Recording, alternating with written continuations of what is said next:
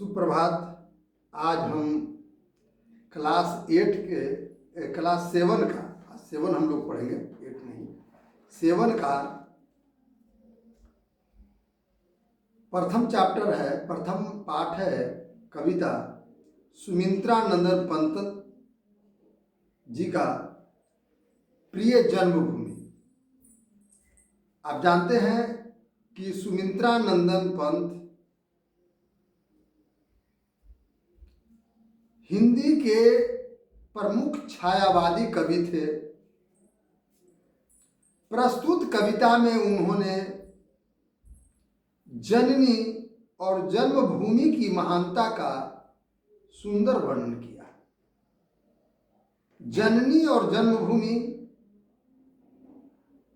मां का ऋण पृथ्वी पर कोई ऐसा व्यक्ति नहीं है जो चुकाया, और जन्मभूमि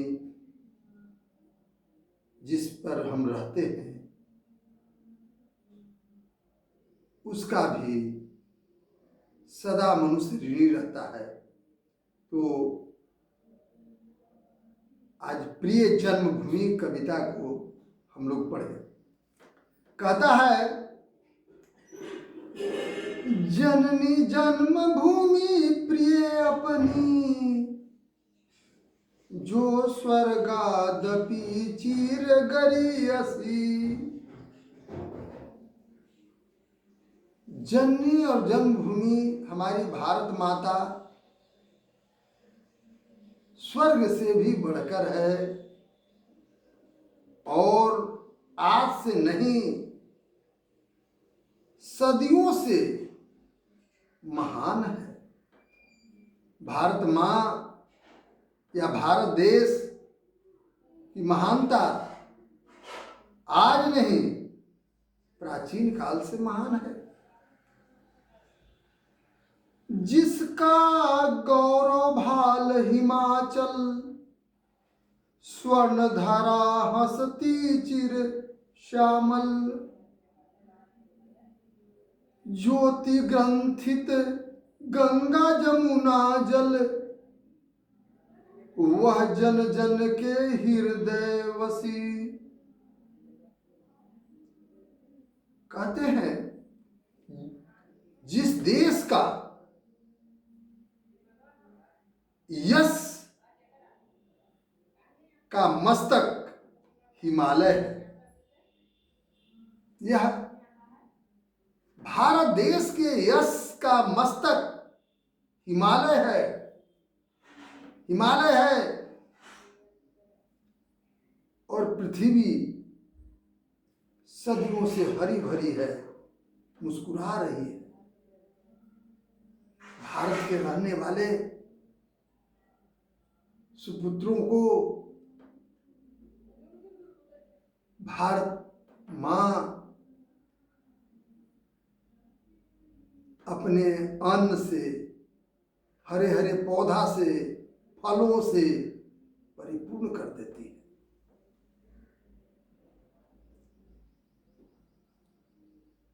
स्वर्ग धरा है, स्वर्ग या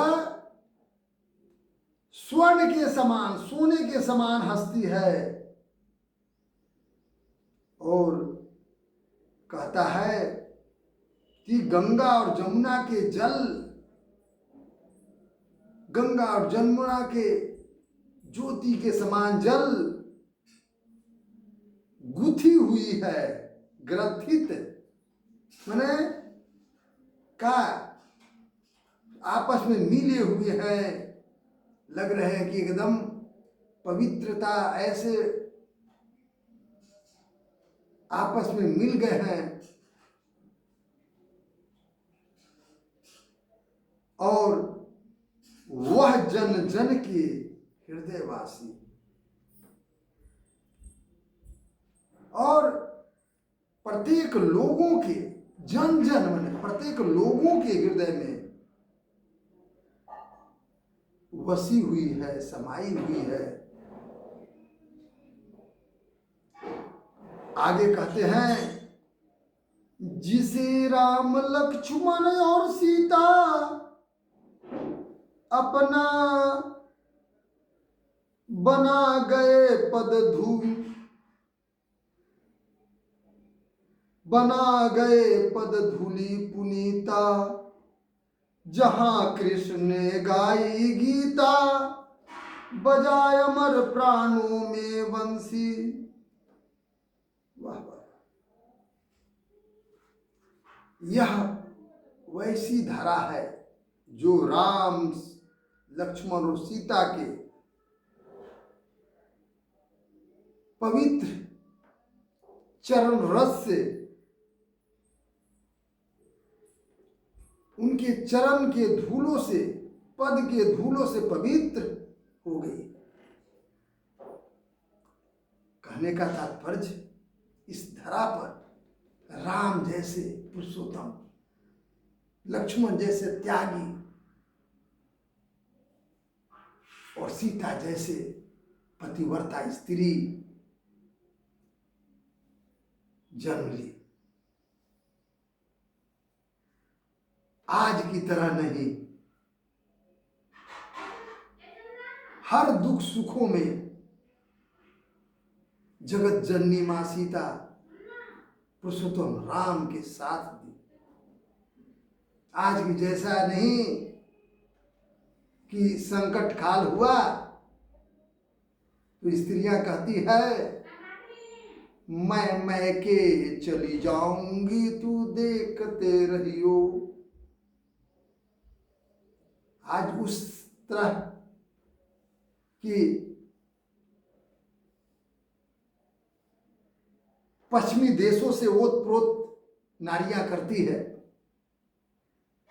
लेकिन हमारे देश का ये प्रतीक नहीं है। आज भी राम लक्ष्मण जैसे भाई हैं और सीता जैसी बेटियां हैं, क्योंकि इस पृथ्वी पर, इस भूमि पर, यह पृथ्वी, यह भूमि राम लक्ष्मण और सीता के पवित्र पद से, पवित्र चरण से पवित्र हो गया। यहां पर श्री कृष्ण, अखिल ब्रह्मांड नायक कृष्ण, जगत गुरु कृष्ण गीता का उपदेश दिए। आज उनके गीता, उनके मुखार बिंद से निकली हुई गीता पूरे विश्व में प्रसिद्ध है। जब लोग गीता का एक बार पाठ करते हैं या गीता का सार को एक बार जब सुन लेते हैं तो उनका जीवन कृतार्थ हो जाता है और समझ में आ जाता है कि आत्मा क्या है।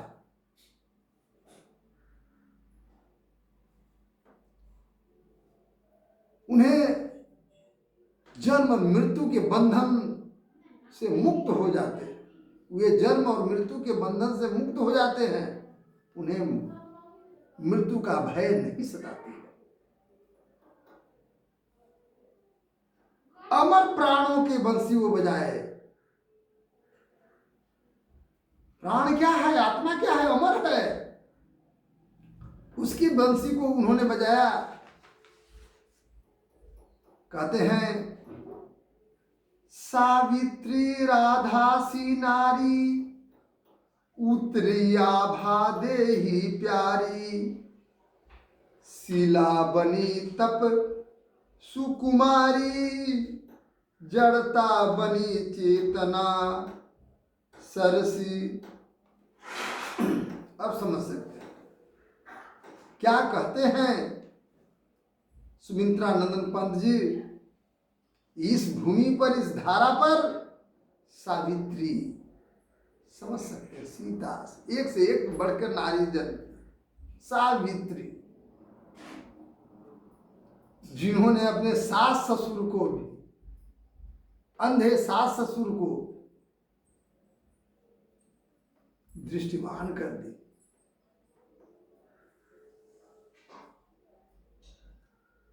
नारी और क्या राधा जैसी जो भगवान श्री कृष्ण के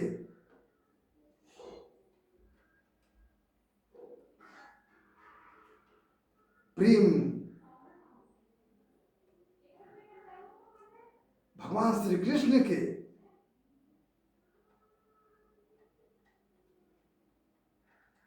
प्रेम के अर्थ को, अर्थात इस संसार में प्रेम के अर्थ को परिभाषित करने वाली राधा, ये इस पृथ्वी पर उतरी, ध्येय को धारण की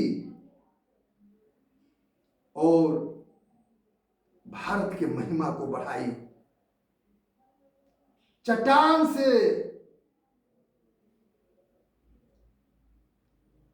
की तरह तप करने वाली ये सब सुकुमारी थी। सावित्री क्या राजकुमारी की कन्या थी, राजकुमारी थी, और वो सत्यवान के साथ जंगलों में रही। उतनी बड़े घर की और अपने पति के साथ किस तरह से जीवन बिताई। वह शिला के तरह, पत्थर के तरह चट्टान बन गई। माता सीता को देख लीजिए, जनक नंदिनी मां सीता अपने पति राम के साथ जंगल में किस तरह से तपस्विनी की भांति अपना जीवन बिताई। तो वह सुकुमारी चट्टान की तरह बन जाती है, तपस्या में चट्टान की तरह बन जाती है। जड़ता बनी चेतना सरसी, और जो भी यहाँ पर पेड़ पौधे सब में क्या चीज, हरा भरा, सब हरे भरे रहते हैं।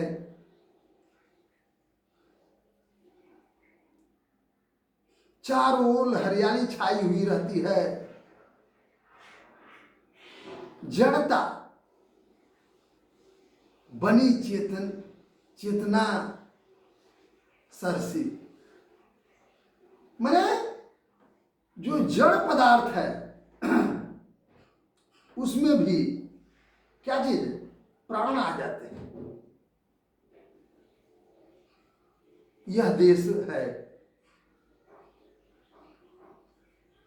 आगे कहते हैं शांति निकेतन जहां तपोवन ध्यानावस्थित हो ऋषि मुनिगण, चीद नभ में करते थे विचरण जहां सत्य की किरणें बरसी। वह यह देश है जहां पर शांति निकेतन रविंद्रनाथ टैगोर द्वारा, कवि गुरु रविंद्रनाथ टैगोर द्वारा स्थापित शांति निकेतन तपोवन की भांति कार्य किया, आवाज भी मौजूद है। वह केवल शिक्षा के लिए प्रसिद्ध, केवल आर्थिक शिक्षा के लिए या केवल माने भौतिक शिक्षा के लिए केवल प्रसिद्ध नहीं है, वह आध्यात्मिक शिक्षा, वैज्ञानिक शिक्षा के लिए भी प्रसिद्ध है। वह तपोवन की तरह वह कार्य करता है और यहाँ के ऋषि मुनि ध्यान में लीन रहते हैं, है ना। ध्यान में यहाँ के ऋषि महर्षि लीन रहते हैं और चिद नभ में करते थे विचरण, और वे आकाश में विचरण करते थे। ध्यान अवस्था में ही पूरे संसार माने चिंतन करते थे, नभ में विचरण करते थे, इट मीन्स चिंतन करते थे। और सत्य की किरण अगर कहीं आई तो सर्वप्रथम भारत में आई। सत्य हरिश्चंद्र के जीवनी को देखिए, सत्य हरिश्चंद्र को समझिए, अपने सत्य पर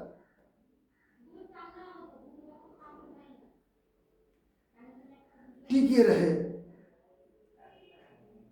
है ना। अपने पुत्र को भी, मरे हुए पुत्र रोहित को भी बिना कर लिए 100 को नहीं जलाने दिए। वह देश यह है।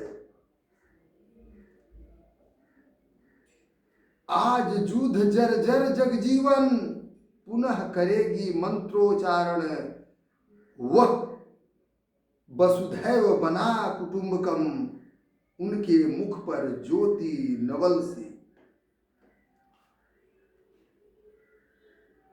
आज युद्ध जर्जर बनाने वाले इस संसार में, इस संसार के जीवन में युद्ध के कोई महत्व, युद्ध का महत्व न रहे, ऐसा बनाने वाला भारत ही कहता है कि आज युद्ध जर्जर जगजीवन। युद्ध का महत्व नहीं,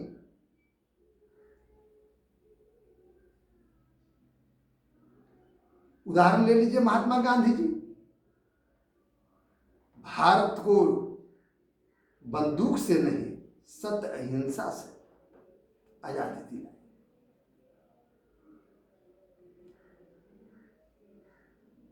आपने पढ़ा होगा, साबरमती के संत तूने कर दिया कमाल, ले ली आजादी बिना खड़क बिना ढाल। समझ सकते हैं। तो युद्ध नहीं, शांति, है ना। पूरे संसार के जीवन में शांति, युद्ध कोई विकल्प नहीं है। और पुनः करेगी मंत्रोच्चारण। यह संसार पुनः, इस संसार में भारत पुनः शांति का मंत्रोच्चारण करेगी, मंत्रोच्चारण करेंगे। इस पूरे संसार को अगर मंत्र उच्चारण किए, क्या वसुधैव कुटुंबकम का पाठ भारत सीख रहा है। ये आज की युक्ति नहीं है, ये वैदिक युक्ति है। वसुधैव कुटुंबकम, पूरे विश्व परिवार मेरा है।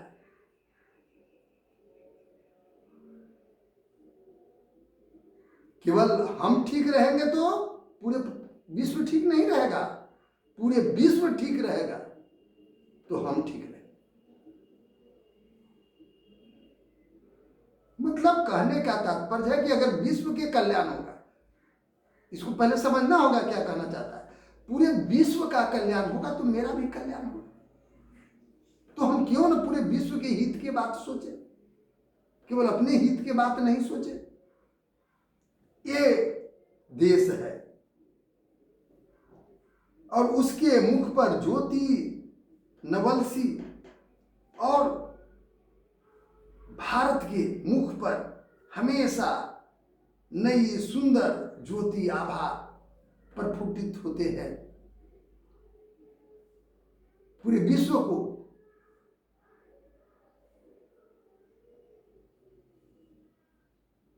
पाई का मान देने वाले,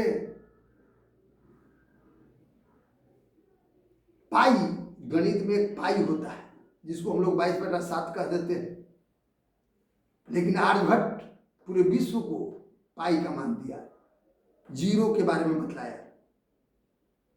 अन्य प्रकार के ज्ञान यहां से नई नई किरणें यहां से निकली, ज्योति प्रफुटित हुई।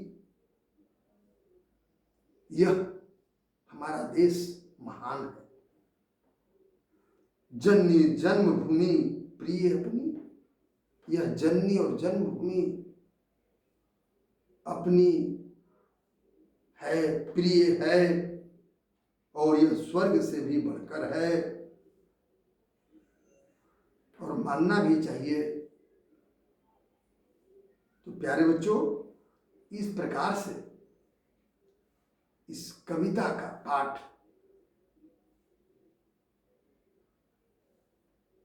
करें लय से, माने यह कविता लय युक्त पढ़े और प्रश्न उत्तर भी कर लें।